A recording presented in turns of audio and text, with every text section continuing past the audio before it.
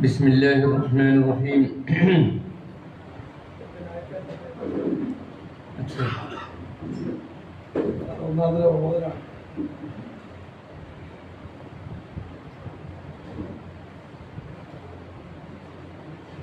أعوذ بالله من الشيطان الرجيم.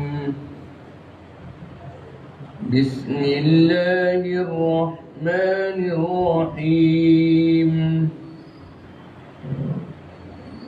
وإذ قال إبراهيم رب اجعل هذا البلد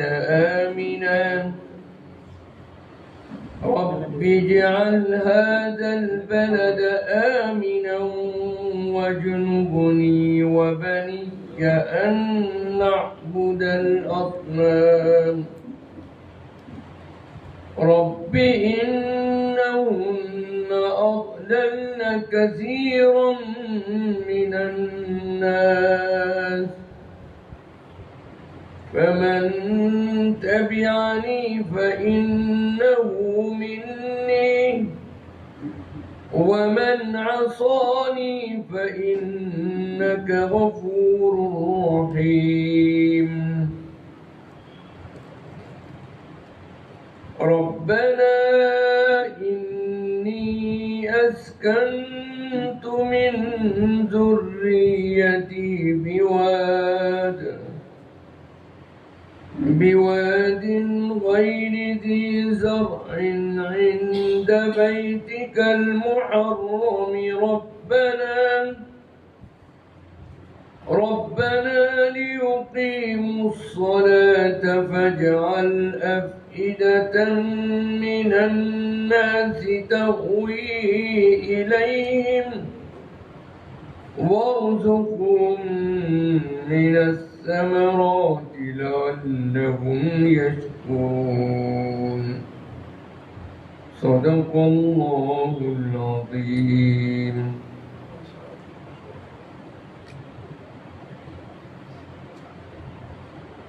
بسم الله الرحمن الرحيم. الحمد لله رب العالمين والصلاة والسلام على النبي الكريم وعلى آله وأصحابه أجمعين ومن تبعهم بإحسان إلى يوم الدين.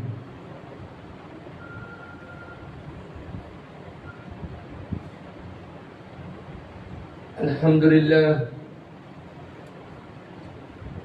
I feel myself very happy to see myself in between of you and in front of you. This visit regarding the protest against the Waqf Act which have been passed in last month in the Parliament, in the both of Parliament, Lok Sabha and Rajya Sabha, and continuously we are opposing these amendments. When in August 8 in 2024, when this bill was presented in the Parliament, we have opposed. During the discussion, we opposed this bill, and after passing this bill from by the both of houses, Lok Sabha and Rajya Sabha, we are still continuing our protest, and inshallah, and by the grace of Allah, on the call of All India Muslim Personnel Board, we will continue our protest against this amendment of Waqf till the government withdraw these amendments. إخوتي وحضرات العلماء الكرام والحاضرين في هذا المجلس،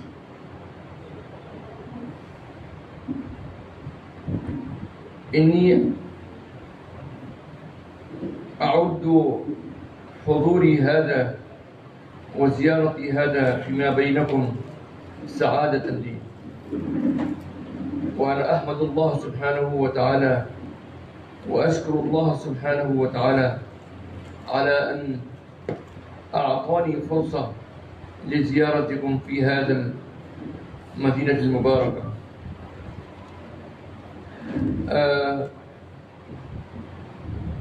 إنني أسافر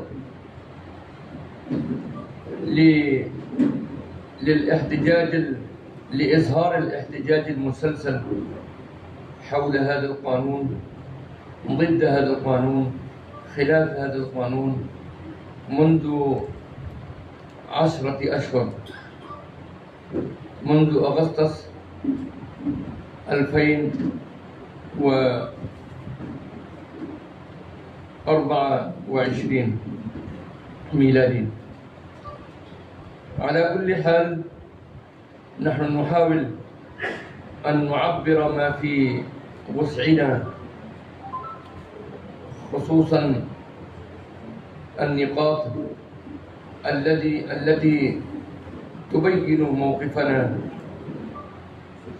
ونحن إن شاء الله نحاول ما هي هذه المسألة وما هي أهمية هذا الاحتجاج المسلسل حتى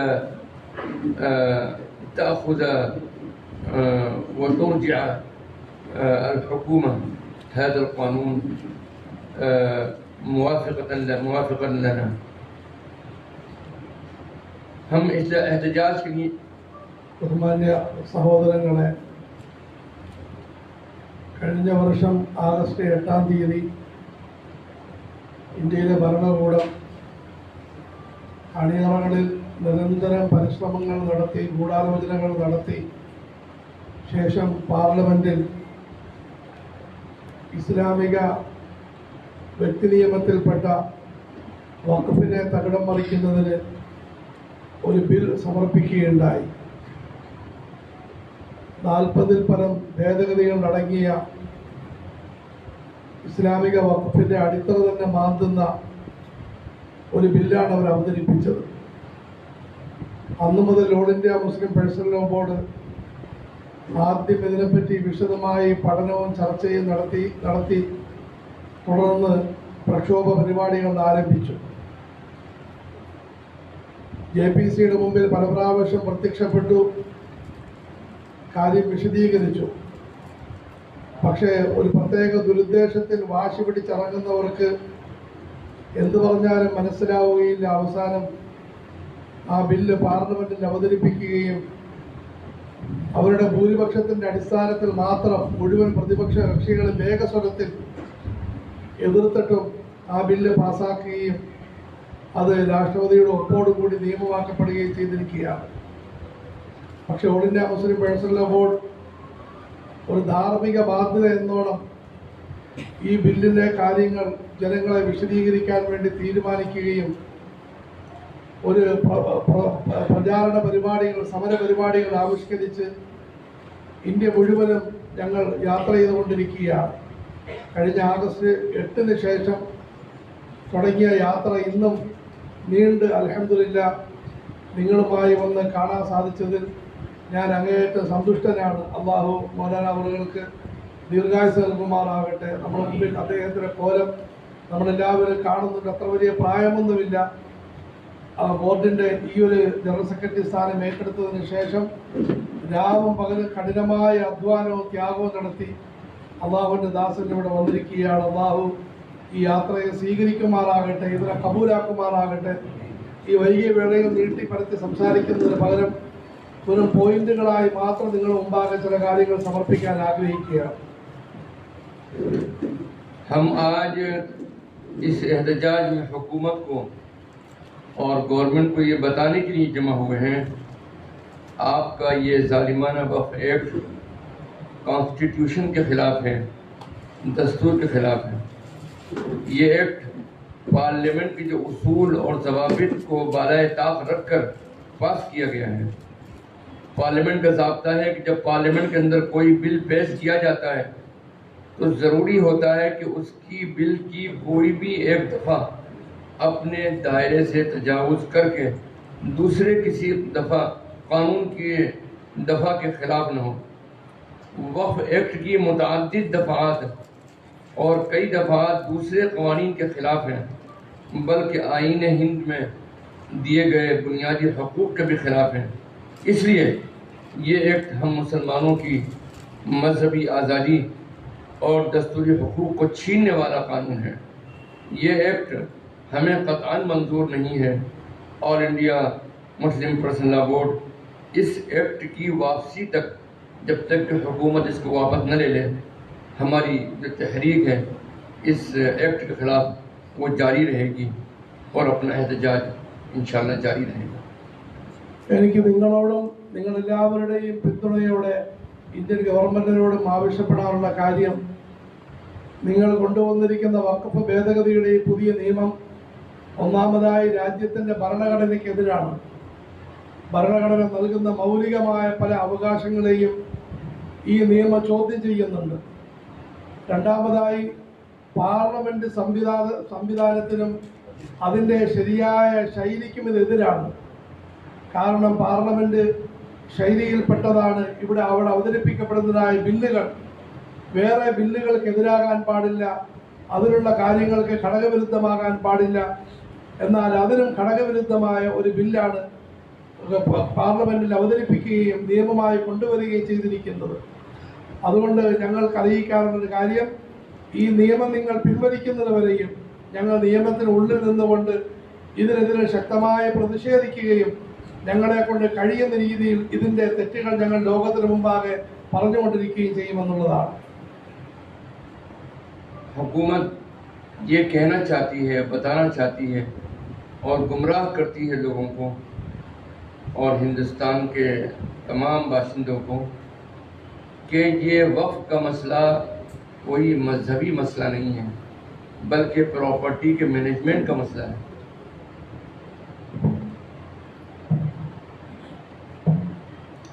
हुकूमत गुमराह करके ये बताना चाहती है कि वक्फ का मसला ये प्रॉपर्टी के मैनेजमेंट का मसला है, ये कोई दीन का और अक़ीदे का और इस्लाम का मजहबी मसला नहीं है। जबकि कुरान करीम की आयत में साफ साफ कहा गया है कि तुम अपने माल को अल्लाह के रास्ते में खर्च करो। लन तनालुल बिर्र हत्ता तुनफ़िक़ू मिम्मा तुहिब्बून, तुम अपना पसंदीदा माल अल्लाह के रास्ते में खर्च करो।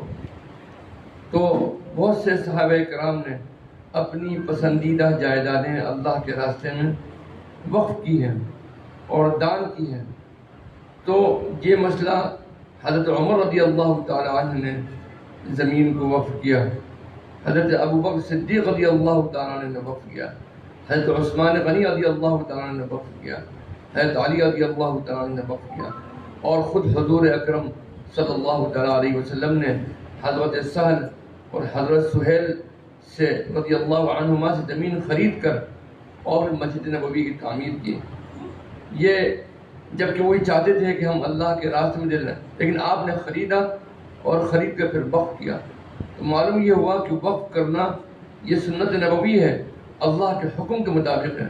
लेकिन ये हुकूमत गुमराह करना चाहती है कि ये वक्फ मजहबी मसला नहीं है, बल्कि प्रॉपर्टी के मैनेजमेंट का मसला है। കേന്ദ്ര ഭരണകൂടം നാടിനെ മുഴുവനും പ്രത്യേകിച്ച് മുസ്ലിം സമുദായത്തെയും തെറ്റിദ്ധരിപ്പിക്കാൻ വലിയൊരു പരിശ്രമം നടത്തുന്നുണ്ട്. അതിലൊന്നാണ് ഈ വഖഫിൻ്റെ വിഷയം. ഇത് ഏതെങ്കിലും മതപരമായ കാര്യമല്ല. ഈ രാജ്യത്തെ കുറച്ച് സ്ഥലങ്ങളിലുള്ള ഭൂമിയുമായി ബന്ധപ്പെട്ട തർക്കമാണ് അവർ പ്രചാരണം നടത്തുന്നുണ്ട്. അതുകൊണ്ട് ആദ്യമായി നാം ഓരോരുത്തരും വഖഫിൻ്റെ യാഥാർത്ഥ്യം മനസ്സിലാക്കുകയും മുഴുവൻ ജനങ്ങൾക്ക് മനസ്സിലാക്കി കൊടുക്കുകയും വേണം. വഖഫിൻ്റെ വിഷയം എന്തെങ്കിലും സാധാരണ സ്വത്തിൻ്റെ തർക്കമല്ല, കുറച്ച് ഭൂമിയുടെ വിഷയത്തിലുള്ള അഭിപ്രായ വ്യത്യാസമല്ല. വഖഫ് എന്ന് പറയുന്നത് ഇസ്ലാമിക പ്രമാണങ്ങൾ കൊണ്ട് സ്ഥിരപ്പെട്ടതും ഈ സമുദായം അന്നു മുതൽ ഇന്ന് വരെയും വളരെ ആവേശത്തോടെ നിർവഹിച്ചു വരുന്നതുമായ ഒരു മഹനീയ കർമ്മമാണ്. പരിശുദ്ധ ഖുർആനിൽ അല്ലാഹു പറയുന്നു ലൻ തനാലുൽ ബിർറ ഹത്താ തുൻഫിഖു മിമ്മാ തുഹിബ്ബൂൻ, നിങ്ങൾക്ക് ഇഷ്ടപ്പെട്ടതിൽ നിന്ന് നിങ്ങൾ ദാനം ചെയ്യുന്നതുവരെ നിങ്ങൾ പുണ്യം കരസ്ഥമാക്കുന്നതല്ല. ഇത് കേട്ടുകൊണ്ട് മഹാന്മാരായ സഹാബികൾ കൂട്ടം കൂട്ടമായി അവരുടെ സമ്പത്തുകൾ ദാനം ചെയ്യുകയുണ്ടായി. മഹാനായ അബൂ തൽഹ റളിയല്ലാഹു അൻഹു മസ്ജിദ് നബവിയുടെ മുമ്പിലുണ്ടായിരുന്ന അദ്ദേഹത്തിന്റെ കണ്ണായ ഭൂമി അത് അള്ളാഹുവിന്റെ മാർഗത്തിൽ ഈ ആയത്തിനെ തുടർന്ന് ദാനം ചെയ്യുകയുണ്ടായി. ബഹുമാനപ്പെട്ട റസൂലുള്ളാഹി സ്വല്ലല്ലാഹു അലൈഹി വസല്ലം തങ്ങൾ മസ്ജിദ് നബവി നിൽക്കുന്നതായ സ്ഥലം സഹീൽ സുഹൈൽ രണ്ടുപേരിൽ നിന്ന് വാങ്ങി, രണ്ട് യതീമുകളിൽ നിന്ന് വാങ്ങി അള്ളാഹുവിന്റെ മാർഗത്തിൽ ദാനം ചെയ്യുകയുണ്ടായി. ഇതിനെ വ്യവസ്ഥാപിതമായ നിലയിൽ നിയമങ്ങൾ പറഞ്ഞുകൊണ്ട് വഖഫിന് തുടക്കം കുറിച്ചത് മഹാനായ ഉമർ ഫാറൂഖ് റളിയല്ലാഹു തആല അൻഹുവിലൂടെയാണ്. അതുപോലെ അബൂബക്കർ സിദ്ദീഖ് റളിയല്ലാഹു അൻഹു വഖഫ് ചെയ്തു. സഹാബാക്കൾ എല്ലാവരും ഈ വിഷയത്തിൽ വളരെയധികം മത്സരിക്കുമായിരുന്നു. അതുകൊണ്ട് നമ്മൾ നന്നായി മനസ്സിലാക്കുകയും ജനങ്ങൾക്ക് മനസ്സിലാക്കി കൊടുക്കുകയും ചെയ്യേണ്ട കാര്യം, വഖഫ് ഏതെങ്കിലും ഭൂമിയുടെ തർക്കമോ അല്ലെങ്കിൽ ഭൂമിയുടെ വഴക്കോ അല്ല. ഇസ്ലാമിക പ്രമാണങ്ങൾ കൊണ്ട് സ്ഥിരപ്പെടുകയും ഈ സമുദായം അന്നു മുതൽ ഇന്ന് വരെയും പടച്ചവന്റെ അനുഗ്രഹത്താൽ ലോകാവസാനം വരെയും നിലനിർത്താൻ ആഗ്രഹിക്കുന്ന മഹത്തായ വ്യവസ്ഥയാണ്, ഇസ്ലാമിക ആരാധനയാണ് വഖഫ് എന്ന് പറയുന്നത്. हम हुकूमत को ये बता देना चाहते हैं कि आपका ये कहना कि ये प्रॉपर्टी का मसला है, ये गलत है. हम ये समझते हैं कि वक़्फ़ खालिस मजहबी और शरई मसला है. वक़्फ़ सदक़ा जारिया है, वक़्फ़ अल्लाह की इबादत है और किसी भी हिंदुस्तानी को उसकी इबादत से रोकना आर्टिकल 25 और आर्टिकल 26 के ज़रिए दिए गए बुनियादी हकूक़ की खिलाफ होती है. പരിശുദ്ധമായി ആരാധന ഇത് ഇസ്ലാമിൽ വളരെ പുണ്യമുള്ള കാര്യമാണ്. ഇത് എന്തെങ്കിലും രാഷ്ട്രീയ ലക്ഷ്യത്തിൽ സമുദായം നടത്തുന്നതല്ല. സർവശക്തനായ പടച്ചവന്റെ നാമത്തിൽ ഏൽപ്പിക്കുന്നതായ സമ്പത്താണ്. പടച്ചവനെ ചുമതലപ്പെടുത്തി പടച്ചവന്റെ ഉത്തരവാദിത്വത്തിൽ ഉടമാവകാശത്തിനായി ഏൽപ്പിക്കുന്ന സ്വത്താണ്. ഇത് ജാരിയായ സദഖയാണ്. ലോകാവസാനം വരെ നിലനിൽക്കുകയും എല്ലാ ജാതി മതസ്ഥർക്കും വിഭാഗങ്ങൾക്കും പ്രയോജനപ്പെടുകയും ചെയ്യേണ്ട महत्ताय दानमान. वक़्फ़ इस तरीके से भी किया जाता है कि वक़्फ़ आप लिखकर उसको अपनी जाति जायदाद को और उसके कोई भी शराइत हों उनको लिखकर आप वक़्फ़ कर दें. लेकिन पुराने ज़माने में औक़ाफ़ का कोई डॉक्यूमेंट नहीं हुआ करता था. 300, 400, 500 साल पुराना लिखने का कानून कभी अंग्रेज़ों से पैदा हुआ है. उससे पहले जितने वक़्फ़ हुए हज़ारों लाखों वक़्फ़ हो चुके हैं हिंदुस्तान में. मस्जिदें हैं, कब्रिस्तान हैं, ईदगाहें हैं और खानकाहें, दरगाहें हैं. इनका कोई डॉक्यूमेंट मौजूद नहीं है. लेकिन वो वक़्फ़ के लिए इस्तेमाल में आ रही हैं, इसलिए उनको वक़्फ़ बराए इस्तेमाल यानी वक़्फ़ बाय यूज़र कहा जाता है. ये एक्ट ये कहता है कि वक़्फ़ बाय यूज़र अब कोई चीज़ नहीं होगी, यानी वक़्फ़ बाय यूज़र अब ख़त्म हो जाएगा. ये कितना बड़ा एक मतलब हिंदुस्तान में इंतशार पैदा करने का मसला है कि दिल्ली की जामा मस्जिद है, अपना वहाँ की अपना मथुरा की ईदगाह है, संभल की मस्जिद है, इलाहाबाद की मस्जिद है और संभल की मस्जिद है, जामा मस्जिद है. ये सब वक़्फ़ बाय यूज़र हैं. लेकिन अब ये कहते हैं कि ये वक़्फ़ बाय यूज़र कोई चीज़ नहीं होगी, यानी ख़त्म है. इसका मतलब ये वक़्फ़ बाय यूज़र को नहीं मानेंगे वो प्रॉपर्टियाँ ऑटोमेटिकली किसी गवर्नमेंट की हो जाएंगी. इसलिए भी उनका दस्तावेज़ था हमारे पास. വഖഫ് എന്ന് പറയുന്നത് ആരെങ്കിലും മനസ്സുകൊണ്ട് ഉറപ്പിച്ച് നാവ് കൊണ്ട് പറഞ്ഞു കഴിഞ്ഞാൽ വഖഫ് സാധുവാകുന്നതാണ്. പഴയ കാലഘട്ടത്തിലെ കാര്യങ്ങളും നാവ് കൊണ്ട് മൊഴിയും തന്നെയായിരുന്നു. രേഖാമൂലം എഴുതി വെക്കുന്ന സ്വഭാവം ബ്രിട്ടീഷ് ഭരണകൂടത്തോടു കൂടിയാണ് സംജാതമായത്. പ്രത്യേകിച്ചും പഴയകാല വഖഫുകൾ അത് വളരെ വിശാലമായതും ഈ സമുദായത്തിലെ അംഗങ്ങൾ നാവ് കൊണ്ട് പടച്ചവനെ സാക്ഷി നിർത്തി ആദരവോടുകൂടി മൊഴിഞ്ഞ് ദാനം ചെയ്യുന്നതായ സമ്പത്തുകളാണ്. പക്ഷേ ഇപ്പോൾ ഈ നിയമത്തിൽ പറയുന്നു അങ്ങനെയുള്ള വഖഫുകൾ മുഴുവനും അസ്വീകാര്യമായിരിക്കും. എന്നാൽ മറ്റ് മതസ്ഥർക്ക് സഹിതം പഴയ കാലഘട്ടത്തിൽ അനുവദിച്ചിരിക്കുന്ന കാര്യം വഖഫ് ബൈ യൂസർ. ഒരു സമ്പത്ത് കുറേ കാലഘട്ടം ആരെങ്കിലും ഉപയോഗിച്ചാൽ അത് സ്വീകാര്യമാണ്, അവരുടേതായി അംഗീകരിക്കപ്പെടുമെന്നാണ്. മറ്റ് മതസ്ഥരുടെ വിഷയത്തിൽ ഈ കാര്യം ഗവൺമെന്റ് അങ്ങനെ തന്നെ വെച്ചിരിക്കുന്നു. പക്ഷേ മുസ്ലിം സമുദായത്തിന്റെ വിഷയത്തിൽ ഈ ഒരു നിയമം എടുത്തു മാറ്റി രേഖാമൂലം ഉണ്ടെങ്കിൽ മാത്രമേ അംഗീകരിക്കാൻ പറ്റുകയുള്ളൂ എന്ന് പറയുന്നു. ഇതിലൂടെ എത്രയോ തർക്കങ്ങളാണ് നിലയ്ക്കാതെ ഈ രാജ്യത്തുണ്ടാവുകയും മുസ്ലിമീങ്ങൾക്ക് മാത്രമല്ല അമുസ്ലിമീങ്ങൾക്കും തലവേദനയായി തീരുന്നതെന്ന് നമ്മൾ മനസ്സിലാക്കേണ്ടതായിട്ടുണ്ട്. ഡൽഹി ജാമ മസ്ജിദ് വിശാലമായ മസ്ജിദും പരിസരവുമാണ്. അതിന് യാതൊരു ഡോക്യുമെന്റും ഇല്ല, രേഖ കാണിക്കാൻ പറ്റുകയില്ല. അതുപോലെ ഈ രാജ്യത്ത് വർഗീയവാദികൾ പ്രശ്നമുണ്ടാക്കാൻ വേണ്ടി തിരഞ്ഞെടുത്തിരിക്കുന്ന സ്ഥാപനങ്ങൾ, മസ്ജിദുകൾ, ഈദ്ഗാഹുകൾ, മധുര ഈദ്ഗാഹ്, ഗ്യാൻവാബി മസ്ജിദ്, അതുപോലെ തന്നെ സമ്പന്ന ജാമിയ മസ്ജിദ്, ഇതിനൊന്നും രേഖയില്ല. പക്ഷേ ഏറ്റവും വലിയ രേഖ മറ്റ് മതസ്ഥർക്കുള്ളതുപോലെയുള്ള ഏറ്റവും വലിയ രേഖയുണ്ട്. ഇത് വളരെ സൂക്ഷ്മതയോടെ അന്ന് മുതൽ ഇന്ന് വരെയും മുസ്ലിം സമുദായം ഉപയോഗിച്ചുകൊണ്ടിരിക്കുകയാണ്.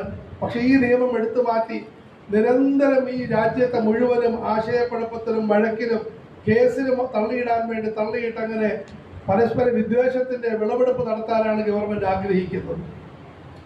हिंदुस्तान का एक कानून है और वो कानून लिमिटेशन एक्ट कहलाता है।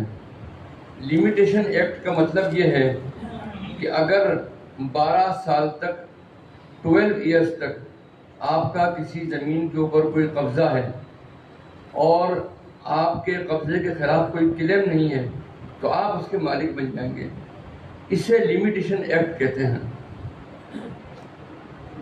वक्फ का जो कानून है वो लिमिटेशन एक्ट से एग्जेम्प्ट है, अलग है। यानी इसका मतलब ये है कि अगर 50 साल तक भी कोई काबिज है तो ज़मीन वक्फ ही की कहलाएगी और वो कब्ज़ा नाजायज़ कहलाएगा। इन्होंने इस जो अमेंडमेंट की है उसमें लिमिटेशन एक्ट से इसको शामिल कर दिया गया है। यानी लिमिटेशन एक्ट इसमें लागू होगा।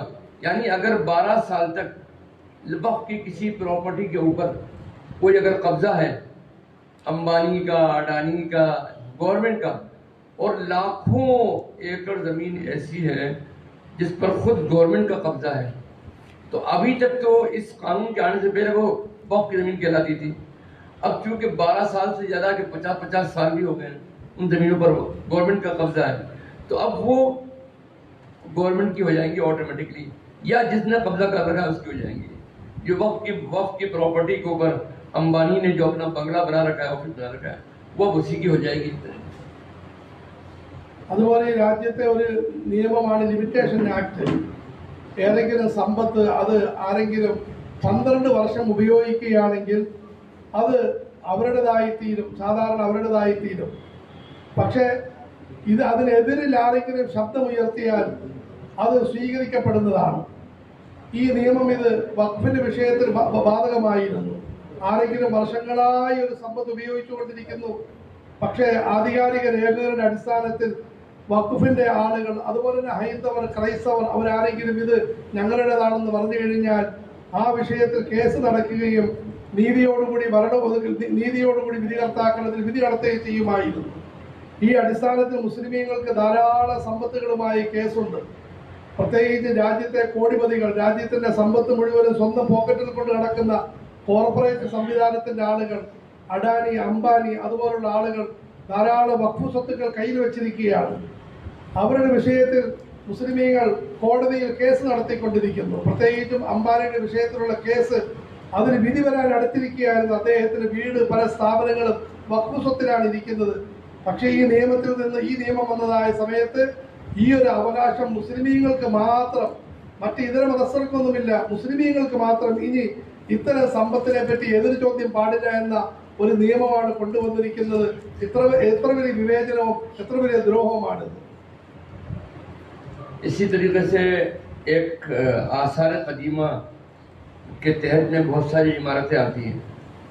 मिसाल के तौर पर लाल किला है, जामा मस्जिद है, गयान मौकी मस्जिद है, मथुरा की ईदगाह है, बनारस की जामा मस्जिद है। ये सब आसार कदीमा में आती हैं। आसार कदीमा का कानून ये है कि हुकूमत की जिम्मेदारी है उसकी देख रेख करे, उसकी मेंटेनेंस पर वो खर्च करे, लेकिन वो कहलाएगी प्रॉपर्टी वक्फ की। अब उन्होंने आसार कदीमा के तहत में जितनी भी वक्फ की प्रॉपर्टी है उसको निकाल दिया है आसार कदीमा से। इसका मतलब ये हुआ कि हुकूमत के मातहत में जितनी भी प्रॉपर्टी आसार कदीमा की वो अब गवर्नमेंट की हो जाए। ഇതുപോലെ ഈ രാജ്യത്ത് പണ്ട് മുതലെയുള്ളൊരു നിയമമാണ് പുരാവസ്തുക്കൾ അതിൻ്റെ സൂക്ഷിപ്പ് ഗവൺമെൻറ്റിൻ്റെ ഉത്തരവാദിത്തമാണ്. അതിൻ്റെ ചെലവുകളും ഗവൺമെൻറ്റിൻ്റെ ഉത്തരവാദിത്തമാണ്. ആ സമ്പത്ത് സൂക്ഷിക്കണം. ചെങ്കോട്ട, അതുപോലെ ഈ പറയപ്പെട്ട ജാമ്യ മസ്ജിദുകൾ, നമ്മുടെ നാട്ടിലുമുണ്ട് ധാരാളം പുരാവസ്തുക്കളുമായി ബന്ധപ്പെട്ട മസ്ജിദുകളുണ്ട്, സ്ഥാപനങ്ങളുണ്ട്. ഇതിനെ സംരക്ഷിക്കലും ഗവൺമെൻറ്റിൻ്റെ ഉത്തരവാദിത്തമാണ്. അതുപോലെ ഇതിൻ്റെ ചെലവുകൾ മെയിൻ്റനൻസ് മറ്റും നടത്തേണ്ടതും അത് ഗവൺമെൻറ്റിൻ്റെ ഉത്തരവാദിത്തമാണ്. പക്ഷെ വേറെ ആരുടെയും സ്വത്തിൻ്റെ വിഷയത്തിൽ ഒരു തീരുമാനമെടുക്കാതെ മുസ്ലിം വഖഫിൻ്റെ വിഷയത്തിൽ പറയുന്നു വഖഫ് സ്വത്തുക്കൾ ഇനി പുരാവസ്തുക്കളിൽ പെടുന്നതല്ല. അതായത് അതിന് ഗവൺമെൻറ് നേരെ അതിന് ഉടമാവകാശത്തിൽ എടുത്തിട്ട് ആർക്ക് കൊടുക്കും എന്നതെല്ലാം ഇന്ന് നമ്മൾ കണ്ടുകൊണ്ടിരിക്കുന്ന കാര്യമാണ്. ഈ രീതിയിൽ വലിയ അക്രമമാണ് കാണിച്ചിരിക്കുന്നത്. ये मैंने आपको 3-4 अमेंडमेंट के बारे में बताया है. इस तरीके के 48 यानी 48 अमेंडमेंट गवर्नमेंट लेकर आई है. वो 48 अमेंडमेंट पर अभी हम गुफ्तगू नहीं कर रहे हैं, लेकिन एक बात ये बता देना चाहते हैं कि 48 अमेंडमेंट के जरिए वक्फ के पूरे कानून को उन्होंने ख़त्म कर दिया है. സഹോദരങ്ങൾ, 2-3 ഭേദഗതികൾ മാത്രമാണ് നിങ്ങളോട് പറഞ്ഞത്. അതിന് എത്രമാത്രം ഗുരുതരമാണെന്ന് ചിന്തിച്ചു നോക്കി. ഇങ്ങനെയുള്ള 48 ഭേദഗതികളാണ് അവർ ഈ വഖഫ് നിയമത്തിൽ കൊണ്ടുവന്നിട്ടുള്ളത്. ഈ 48 തന്നെ വലിയൊരു എണ്ണമാണ്. പക്ഷേ ഈ 40 എണ്ണത്തിൻ്റെ ഭേദഗതികളുടെ വലിയ ഫലം ഇസ്ലാമിക വഖഫ് എന്ന് പറയുന്ന അതിമഹത്തായ ഒരു ആരാധനയെ വേരോടുകൂടി പറിച്ചു മാറ്റി എന്നുള്ളതാണ് അവർ നടത്തിയിരിക്കുന്ന കളി. हिंदुस्तान की पार्लियामेंट को कानून बनाने का इख्तियार है, लेकिन कानून बनाने का इख्तियार भी एक दायरे में रहकर है. हिंदुस्तान के दस्तूर के खिलाफ कोई कानून नहीं बन सकता. हमारा कहना ये है कि ये जो पूरा अमेंडमेंट आया है ये हिंदुस्तान के कानून ही के खिलाफ है. इसीलिए हमने उसको चैलेंज किया है सुप्रीम कोर्ट के अंदर, और हम इस एहतजाज को जारी रखेंगे जब तक कि ये कानून वापस नहीं लिया जाता. സഹോദരങ്ങളെ, ഞങ്ങൾ ഇന്ത്യൻ പാർലമെന്റിനെ ആദരിക്കുന്നു, ബഹുമാനിക്കുന്നു. ഈ രാജ്യത്തിന്റെ പ്രധാനപ്പെട്ട കാവൽക്കോട്ടയാണ് പാർലമെന്റ് എന്ന് പറയുന്നത്. ആ പാർലമെന്റിന് പുതിയ നിയമങ്ങൾ കൊണ്ടുവരാനും അതിനെ നടപ്പിലാക്കാനും പരിപൂർണ അവകാശമുണ്ട്, ഞങ്ങൾ സമ്മതിക്കുന്നു. പക്ഷേ ഈ അവകാശം ഇത് പൂർണ്ണ സ്വാതന്ത്ര്യത്തിലല്ല. രാജ്യത്തിന്റെ ഭരണഘടനയുടെ കീഴിൽ നിന്നുകൊണ്ട് മാത്രമേ ഒരു നിയമം കൊണ്ടുവരാൻ പാർലമെന്റിന് അവകാശമുള്ളൂ. പക്ഷേ ഈ നിയമം വളരെ വ്യക്തമായ നിലയിൽ മനസ്സിലാക്കാൻ കഴിയുന്നു, ഇത് ഭരണഘടനയ്ക്ക് വിരുദ്ധമായ നിയമമാണ്. അതുകൊണ്ട് all India Muslim personal board പടച്ചവന്റെ നാമത്തിൽ ഒരു തീരുമാനമെടുത്തിരിക്കുകയാണ്. ഈ നിയമം പിൻവലിക്കുന്നത് വരെ നമ്മൾ പരിശ്രമിച്ചുകൊണ്ടിരിക്കും, ത്യാഗം ചെയ്തുകൊണ്ടിരിക്കും. इसी तरह का एक गैर दस्तूरी और हिंदुस्तान के कॉन्स्टिट्यूशन के खिलाफ किसानों का एक एक्ट बना था. वो 3 बिल लेकर आई थी और पार्लियामेंट में तीनों बिल मंजूर होकर एक्ट बन गया किसानों का. किसानों ने 1.5 साल तक धरना दिया और 700 लोगों ने, किसानों ने अपनी जानें दी, और आखिर में हुकूमत को मजबूर होना पड़ा कि उसने ये अपना कानून वापस लिया. हम नहीं चाहते कि हमारी जानें जाएं, लेकिन अगर हमारी जानें भी जाएंगी तो ये अल्लाह के रास्ते में जाएंगी. हम हरगिज़ नहीं चाहते कि इसमें कोई अमन ख़राब हो, अमन आश्ती ख़राब हो. All India Muslim personal law board ने जो डिज़ाइन किया है प्रोग्राम का, वो ये है कि पुरअमन और पीसफुल एहतजाज और प्रोटेस्ट करना है हमको. वो हम करते रहेंगे यहाँ तक कि हुकूमत ये कानून वापस नहीं दे रही. ഏതാനും വർഷം മുമ്പ് ഇതേ ഭരണകൂടം ഈ രാജ്യത്തിലെ നട്ടെല്ലായ കർഷകർക്കെതിരായി 3 ഭേദഗതി നിയമങ്ങൾ കൊണ്ടുവരികയുണ്ടായി. അവർ 2 വർഷം ശക്തമായ പോരാട്ടം നടത്തി, സമരങ്ങൾ നടത്തി. 700ഓളം സാധുക്കൾ ആ വഴിയിൽ കൊല്ലപ്പെട്ടു. അവരതിൽ ഉറച്ചു നിന്ന് അവസാനം ഗവൺമെന്റ് ആ നിയമം പിൻവലിക്കുകയുണ്ടായി. ഇവിടെ all India Muslim personal board തീരുമാനിച്ചിരിക്കുന്നു, ഈ നിയമം പിൻവലിക്കുന്നത് വരെയും നമ്മൾ പരിശ്രമിക്കുന്നതാണ്, സമരങ്ങൾ നടത്തുന്നതാണ്. ഈ സമരത്തിൽ നമ്മളുടെ ജീവൻ കളയാനോ സമുദായത്തിന്റെ ജീവൻ കളയാനോ വേറെ ആരെയെങ്കിലും ദ്രോഹിക്കാനോ അല്പം പോലും ആഗ്രഹിക്കുന്നില്ല. പക്ഷേ ചെയ്യേണ്ടി വരുന്ന ത്യാഗങ്ങൾ ചെയ്യാൻ നാം ഓരോരുത്തരും സന്നദ്ധമാവുകയും വേണം.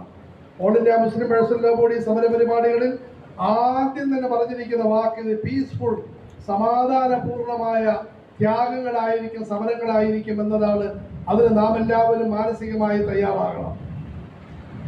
All India Muslim personal law board एक ब्रीफ नोट तैयार कर रहा है जिससे कि पता चले ये जो अमेंडमेंट आए हैं इसके क्या नुकसान हैं। हम जल्द वो नोट आपको भेजेंगे। हमारे मौलाना अब्दुल शकूर साहब और आपकी टीम के हजरात उसको यहाँ की मकामी ज़बान में ट्रांसलेशन करेंगे। मैं ये उम्मीद करता हूँ कि आप सब लोग, आप और अइम्मा कराम और खुतबा और हमारे मदारिस के असातिज़ा और स्कूल के प्रिंसिपल सबको पता होना चाहिए, और हमारे बच्चों को, कॉलेजों के स्टूडेंट को, टीचर्स को सब पता होना चाहिए कि ये कानून हमारे लिए कितना नुकसानदेह है। जब अवेयर होंगे, जब पता चलेगा, तो हमारी इस तहरीक में हम समझते हैं कि आप मजबूती से शामिल होंगे। और हम ये उम्मीद करते हैं all India Muslim personal law board की जानिब से कि आप इस प्रोटेस्ट में शामिल रहें, और all India Muslim personal law board जब जिस तरीके से कॉल दे उसके मुताबिक आप अपना एक्शन का इजहार करें और प्रोटेस्ट करें। इंशाअल्लाह अल्लाह से दुआ है कि अल्लाह सुब्हानहू व तआला हमारे और आपकी जद्दोजहद को कामयाब करें और ये बिल, ये एक्ट वापस हो जाए। बाखिर दअवाना अल्हम्दुलिल्लाहि रब्बिल आलमीन। സഹോദരങ്ങളെ, all India Muslim personal law board ഈ വിഷയത്തിൽ സമുദായത്തോട് നൽകുന്ന ഒരു പ്രധാനപ്പെട്ട നിർദ്ദേശം, നാം ഓരോരുത്തരും ആദ്യം ഈ വഖഫിനെ പറ്റി പഠിക്കണം. രണ്ടാമതായി, നാം ഓരോരുത്തരുമായി ബന്ധപ്പെട്ട വഖഫിന്റെ സംരക്ഷണത്തിന് നമ്മെ കൊണ്ട് കഴിയുന്ന കാര്യങ്ങൾ ചെയ്യണം. ഒരു പള്ളിയും മദ്രസയും നോക്കാൻ വേണ്ടി ആത്മാർത്ഥതയുള്ള 2 പേര് തയ്യാറായാൽ പടച്ചവൻ അനുഗ്രഹം കൊണ്ട് സംരക്ഷിക്കപ്പെടും. അതുകൊണ്ട് നമ്മൾ ആ വഴിയിൽ പരിശ്രമിക്കണം. മൂന്നാമതായി പറയും, നമ്മൾ ഈ വഖഫിനെ പറ്റി ജനങ്ങളെ ഉത്ബുദ്ധരാക്കണം. മുസ്ലിമീങ്ങളുടെ കാര്യം ഇരിക്കട്ടെ, മുസ്ലിം സമുദായത്തിൽ പോലും വലിയൊരു വിഭാഗത്തിന് ഇതിനെപ്പറ്റി അറിയില്ല. അതുകൊണ്ടാണ് NRCയുടെ പ്രശ്നം വന്നപ്പോൾ എല്ലാവരും അലറിക്കറിഞ്ഞ് റോഡിന് നടുക്കേട്ട് വന്നു. വഖഫിന്റെ വിഷയം പറഞ്ഞ് ഇപ്പോഴും നിഷ്ക്രിയയായിരിക്കുന്നത്. പക്ഷെ അതിനേക്കാൾ രൂക്ഷമായ സമുദായത്തിന് അടിത്തറ തോണ്ടുന്ന കാര്യമാണ്. ഒന്ന് ചിന്തിച്ചു നോക്കി, ഈ മസ്ജിദ് ഇല്ല എങ്കിൽ നമ്മുടെ കടയും വീടും ഉണ്ടായിട്ട് എന്താ കാര്യം? നമ്മുടെ മദ്രസ ഇല്ല എങ്കിൽ നമുക്ക് ഈ പറമ്പും അതുപോലെ സാധനങ്ങളും ഉണ്ടായിട്ട് എന്താ കാര്യം? അതുകൊണ്ട് നമ്മളിതിനെ മനസ്സിലാക്കി ആളുകൾക്ക് മനസ്സിലാക്കി കൊടുക്കണം. ആദ്യമായി സമുദായത്തിൽ ഓരോ അംഗങ്ങൾക്ക് സ്ത്രീകൾ സഹിതമുള്ള ആ പാവത്തുകളാണ് വഖഫിൽ പലപ്പോഴും നമ്മളെക്കാൾ മുന്നിട്ടിറങ്ങിയിട്ടുള്ളത്. അവർക്ക് മനസ്സിലാക്കി കൊടുക്കണം. അമുസ്ലിം സഹോദരങ്ങൾക്ക് മനസ്സിലാക്കി കൊടുക്കണം. അതിനുവേണ്ടി all India Muslim personal law board ഒരു ലഘുലേഖ തയ്യാറാക്കുന്നുണ്ട്. ഉടനെ അത് ഇൻഷാ അല്ലാഹ് അത് ഇറങ്ങും. മലയാളത്തിലും ഇൻഷാ അല്ലാഹ് ഇറക്കും. ഇവിടെ മൗലാന അവറുകൾ വരുന്ന സമയത്ത് അയച്ചു തന്ന ഒരു ലേഖനം അൽഹംദുലില്ലാഹ് ഇന്ന് ഇവിടെ തയ്യാറാക്കിയപ്പോൾ മൗലാന പ്രകാശനം ചെയ്യുന്നുണ്ട്. അത് നമ്മൾ ഗഹനമായി വായിച്ച് നമ്മളതിനെ ജനങ്ങൾക്ക് പ്രചരിപ്പിക്കാൻ വേണ്ടി പരിശ്രമിക്കണം. നമ്മളെല്ലാവരും all India Muslim personal law board പറയുന്ന നിർദ്ദേശങ്ങൾ അതിനെ പാലിച്ചുകൊണ്ട് ഇവിടെ അൽഹംദുലില്ലാഹ് അല്ലാഹു തആല ബഹുമാനപ്പെട്ട നിഷാദ് പോലെ അനുഗ്രഹിക്കുമാറാകട്ടെ. മറ്റു ഉസ്താദന്മാര്, മറ്റ് വിവിധ സംഘടനാ ഭാരവാഹികൾ എല്ലാവരും അൽഹംദുലില്ലാഹ് ഉണ്ട്. അതിൽ പ്രത്യേകിച്ചും ഈ താജ് ജുമാ മസ്ജിദ് ഭാരവാഹികൾക്ക് നന്ദി കടപ്പാട് അറിയിക്കുകയാണ്. ചെറിയൊരു പരിശ്രമത്തിലൂടെ നല്ലൊരു സദസ്സ് നിങ്ങൾ ഒരുമിച്ച് കൂട്ടി. ഇത് ഒരു സദസ്സ ഒരുമിച്ച് കൂടി പോകുന്ന രീതിയാകാൻ പാടില്ല. അള്ളാഹുവിന്റെ ദാസന്റെ മുമ്പിൽ വെച്ച് നാം എല്ലാവരും തീരുമാനമെടുക്കി ഇൻഷാ അല്ലാഹ് നമ്മളെ കൊണ്ട് പറ്റുന്ന രീതിയിൽ നമ്മളെല്ലാവരും വഖഫിന്റെ സംരക്ഷണത്തിന് വേണ്ടി പരിശ്രമിക്കുന്നു ഇൻഷാ അല്ലാഹ് പറയും. അല്ലാഹു നമുക്ക് തൗഫീഖ് നൽകുമാറാകട്ടെ. ഒരു ക്രിസ്ത്യൻ അച്ഛൻ എന്റെ മുമ്പിൽ കിടന്ന് പിടക്കിയാണ്. ദേഷ്യം കൊണ്ട് എത്രമാത്രം വിരോധങ്ങൾ ഉണ്ടാക്കിയിരിക്കുന്നത് കിടന്ന് പിടക്കിയാണ്. ഞാൻ അദ്ദേഹത്തോട് പറഞ്ഞ, പൊന്നച്ഛ, മഹാനായ യേശുവിന്റെ തള്ളയുമാണ് വഖഫിനെ പഠിപ്പിച്ചത്. ആര് പറഞ്ഞു നിങ്ങളോട്? ഞാൻ സൂറത്ത് ആല ഇമ്രാന്റെ വാക്കോതി. അദ്ദേഹം ഉടനെ കരയുകയുണ്ടായി. അദ്ദേഹം യേശുവാണ് ആരംഭിച്ചത്. യേശു പരിശുദ്ധ മാർഗത്തിൽ വഖഫ് ചെയ്യപ്പെട്ട മനുഷ്യനാണ്. ആയത്തിൽ അദ്ദേഹം കരയും. അതുകൊണ്ട് നമ്മൾ ഇൻഷാ അല്ലാഹ് പരിശ്രമിക്കുന്ന ആളുകൾക്ക് എത്തിച്ചു കൊടുക്കും. നമുക്ക് വലിയ തർക്കിക്കാനും സംസാരിക്കാനും അറിയില്ല. അതിനാണ് ഈ പണ്ഡിതന്മാര്. നമ്മൾ അവരോട് പോയി സംസാരിക്കാൻ വേണ്ടി സ്നേഹത്തോടു കൂടി പറയും. അള്ളാഹു നമുക്ക് തൗഫീഖ് നൽകുമാറാകട്ടെ. അള്ളാഹു നമ്മെ അനുഗ്രഹിക്കുമാറാകട്ടെ. അള്ളാഹു ഈ കൂട്ടത്തെ സ്വീകരിക്കുമാറാകട്ടെ. അള്ളാഹു എല്ലാ ഖൈറും നൽകുമാറാകട്ടെ.